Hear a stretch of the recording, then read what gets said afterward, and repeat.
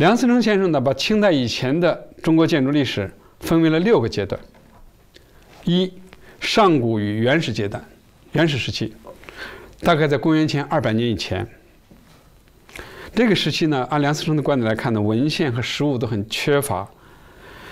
在殷商以前，实物可考的很少。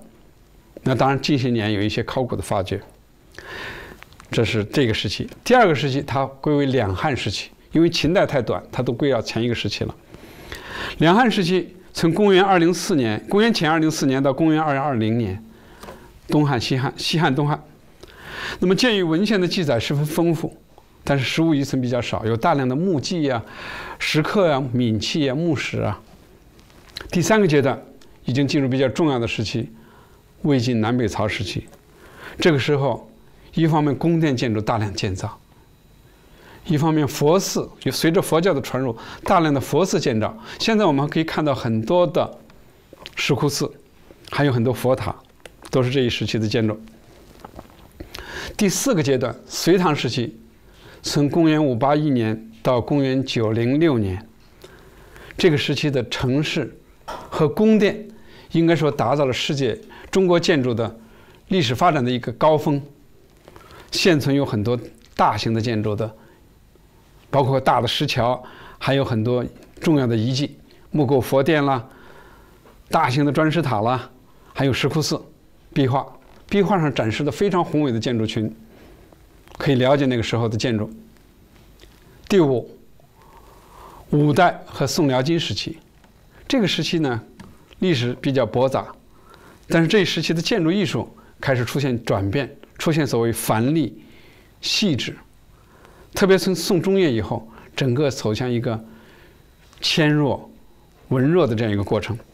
但是曾经建立过大量的宫殿，也有非常繁华的城市，都因为战争的原因所淹没了。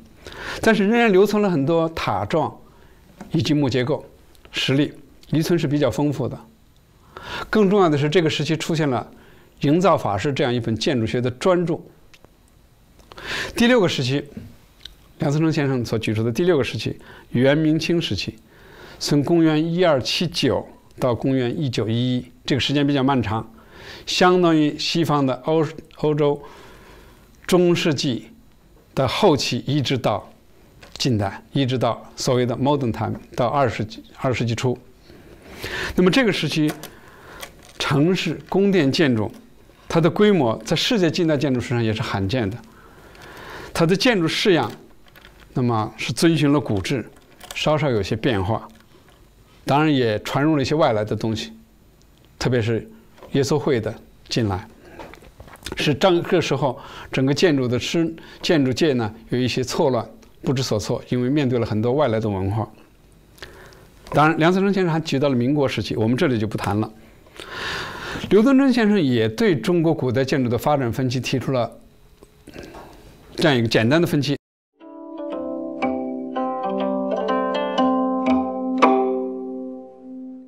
从这个感觉上呢，他们两个的分期大致是相近的。按照这样一个分化呢，我们可以把它归纳一下。我们这门课就按照这样一个基本的思路来分隔中国建筑的历史分期的。先是先秦和秦汉时期，这个时期是中国古代建筑的体系的孕育期。当然，这个时期中国古代建筑木构架体系开始萌芽。虽然资料缺乏，但是从遗址的发掘和其他遗存可以知道，这个时期大概已经形成了，比如说合院式的组织方式，比如说有了台基、柱子、柱身、屋顶的这样一个基本的3段划分。同时，影响中国建筑几千年的一些基本的要素已经开始初步萌芽。这个时期呢，大约我们可以跟欧洲比较一下。它的先秦时期相当于公元前2070到公元前221年，也就是欧洲的所谓远古到古代，包括克里特、迈锡尼、古希腊时期。它的秦汉时期呢，大概相当于公元前221年到公元后的220年，相当于欧洲的古罗马时期。好，我们从这张图片可以看出克里特文化的克罗索斯王宫，那么这是相当于欧洲的古代远古时期。这个时期我们有了陕西岐山的周原遗址建筑遗址。我们可以看到青铜器有很多建筑式样，可以大致的了解当时的一些建筑造型，甚至青铜器上出现了斗拱，出现了门窗，这些都是我们了解当时建筑的特点。然后我们看到了公元前4世纪的古希腊的建筑，这个跟我们的春秋时期接近，是吧？公元1世纪左右的万神庙是相当于我们汉代的。那么汉代我们建筑遗存没有了，只有一些名器，大致了解一下它的情况，是吧？我们从这些名器可以看出，中国建筑一些基本的特征呢，在汉代初步有了一些轮廓，比如屋顶啊、斗拱啊等等这样一些做法。当然遗存很少，几乎只有一些像石阙啊、木石啊这样的遗存。第二个时期，三国两晋南北朝时期，这是中国古代建筑体系的形成期。这一时期受到了外来文化的影响，特别是佛教。那么建筑形式趋于定型、成型。比如说琉璃瓦技术是在这个时候传入的，尺尾这样一种做法，建筑上的重要的造型特点是这个时候出现的。比较明确的斗拱处理，这个时候基本上形成了。屋顶的形式也大致定型，而且出现了大量的佛寺建筑群。受到印度和西域影响的石窟寺、佛塔都是在这时大量涌现，而雕刻艺术在这时候得到了充分的发展，还有很多高层的楼阁、佛阁的建造。历史上曾经建造过的最高的佛塔就是这个时期形成的。这个时候相当于什么呢？欧洲的早期基督教时期。我们可以看早期基督教建筑，是吧？老圣彼得教堂，这个是建筑史上大家熟悉的。那么这个时期在中国呢，我们从敦煌壁画、云冈石窟里头可以看到一些痕迹，它的建筑形式、它的造型，像云冈石窟里的佛塔，应该说真实的展现了当时的木构佛塔的造型。还有龙门石窟的屋顶，它是石刻的，但是它是木结构的一个表现，我们可以通过它了解当时的木结构的情况。特别重要的，像天龙山的16窟的斗拱，我们通过它可以知道当时的木结构斗拱已经达到了什么样的水平。好，第三个阶段，隋唐时期。隋唐时期是中国古代建筑体系的成熟期，城市发展达到了一个高潮。隋唐两京那是当时同时代世界上最大的城市之一，有了大规模的宫殿建筑群，单体建筑造型趋于成熟，有了大规模的佛寺道观，还有非常宏伟的皇家园囿和园林，出现了私家园林，也出现了公共园林。那么单体化的木结构建筑体系已经成熟了，有了非常成熟的木结构体系和斗拱体系。但是建筑的等级制度化更加清晰了。唐代有营山令，明确各个等级它的建筑的建造的要求。建筑的色彩呢，开始出现一些雏形。我们说唐以前的色彩不清楚，唐代呢已经开始有了色彩。隋唐时期从公元581到公元907年，将近300年，那么大概相当于欧洲从早期基督教到罗马风这样一个时代。我们看罗马风建筑，这是非常著名的罗尔斯的修道院入口，代表了那个时代的欧洲的建筑的典型。那么跟它同时代的隋唐建筑却达到了一个非常鼎盛的时期。我们从西安大雁塔门楣石刻可以看出，当时的木结构已经非常的成熟。当然，我还举了几个历史上曾经记载的例子，比如说唐代的总章2年的明堂，比如说唐代洛阳武则天的明堂，这都是有详细记载的。我们可以知道唐代建筑特别的宏伟。第4个阶段，两宋、辽金和西夏时期。那么这个时期呢，中国古代建筑从成熟走向繁缛、细腻和多样，这是一个转折期。无论是城市还是建筑，在这个时期出现了大型的转变。那么两宋、辽金时期，也包括西夏，中国建筑在体系上已经成熟，建造了大量的宫殿，而且出现了极其多样的建筑造型，特别是形式奇伟的楼阁造型。宫殿体系远比早期要紧凑，空间要严谨，建筑物的造型要华丽繁缛，而且随着烧砖技术的发展，大量的开始使用砖石。砖石雕刻的式样也非常华丽，非常精美。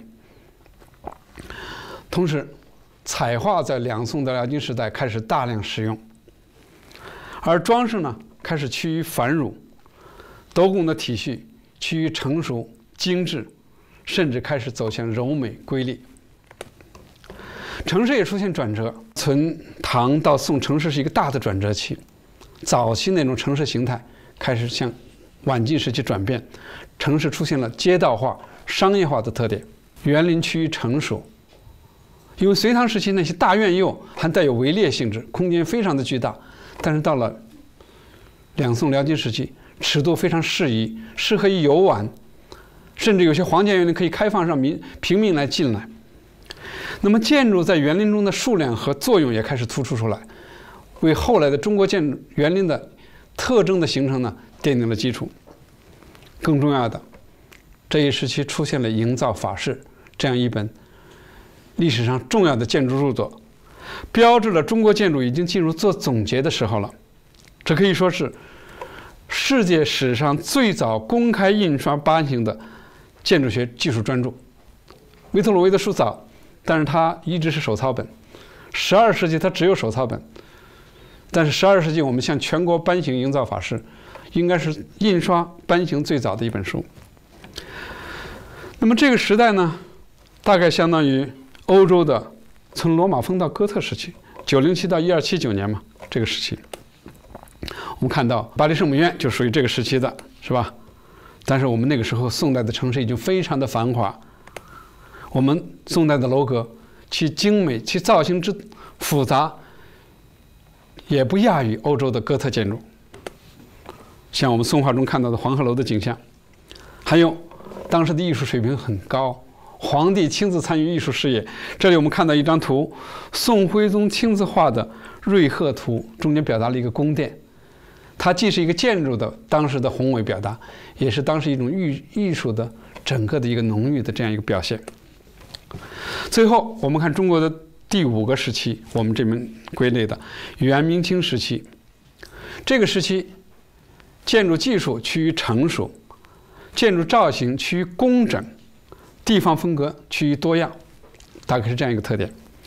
那么元代是一个过渡时期，这个时期呢，一方面受到外来的影响，出现了一些技术上的创新，比如说出现所谓鹿顶的造型。那么造型有些变化，城市和宫殿都达到了非常高的水平。斗拱体系呢开始转变，从结构形式逐渐的向装饰化转变。明代，它的时间呢与西方的文艺复兴时代几乎完全重叠，但是明代也面临一次复兴。明代是在经过了元蒙的这样一个过程之后呢，希望恢复到唐宋时期，所以明代有一个制度重建的问题，它有很多建筑的复兴。而且明代出现过大规模的建城运动，因为战争摧毁的城池，在明代进行了大规模的重建，而且几乎全是用砖重建的。明代出现了更为详细的建筑等级制定，比如王府制度的规则、营缮制度的规则，明代都有重新的颁布。出现了非常配套的城市的祭祀体系、庙学体系等等祠庙体系，这都是我们了解明清建筑的一个基础。那么这个时期呢，我们跟欧洲比呢，就要分成稍微2个阶段来看比较合适。元明时期，从公元1271到公元1644，相当于什么呢？欧洲的从哥特到文艺复兴时期。而清代是从1644年开始到1911年，实际上相当于从文艺复兴到巴洛克、洛可可，一直到古典主义，到近代，到现代建筑这样一个过程。所以我们的元明时期虽然是中国建筑史上最后一个阶段，但是它覆盖的历史覆盖了欧洲从中世纪到现代。我们看哥特时期的建筑，这是建于公元1386年的米兰大教堂，相当于我们的明代。我们看文艺复兴时期的建筑，16世纪也相当于我们明代。我们再看巴洛克、新古典和新古典主义的建筑，实际上已经进入清代了。那么这个时期呢，建筑形式已经一改宋金时期那种繁缛、柔美、华丽的特征，开始趋于简约、工整、端庄，结构体系趋于简化，技术上更为成熟，斗拱体系呢，完全蜕变为装饰物了，是吧？这是本来中国建筑一个重要特征的转折。清代建筑在沿袭明代建筑制度的基础上，吸收了藏地等文化传统，出现了一些新的变化。我们从外八庙、从北京，比如说雍和宫，都可以看到这一特点。但是技术上更为成熟了，宫观制度趋于定型，设计趋于僵化，不那么自如了。另外，清代城市更出现一种晚近的气象，而清代园林却达到了一个相当高的水平。当然，这跟清代帝王参与造园是有关系的。那么，也可以说，中国园林到了清代的时候，已经是开始做总结的时候了。明清两代的皇家园林和私家园林都达到了前所未有的艺术水准。我们从这个图片可以看，这是元代的建筑。元代的壁画中可以看出元代建筑的一些基本特点，它特别崇尚白琉璃瓦，这个在晚期很少见到。和白瓦的特征，我们从这画上也可以看出来。明时候的城市轮廓，这时候还没有外城，明初的、明代的这样一些民居建筑，还有明清时期的一些寺院建筑。清代建筑已经非常华丽了，这个我们大家很熟悉，北京很多，包括承德。清代的建筑非常端庄华丽、工整，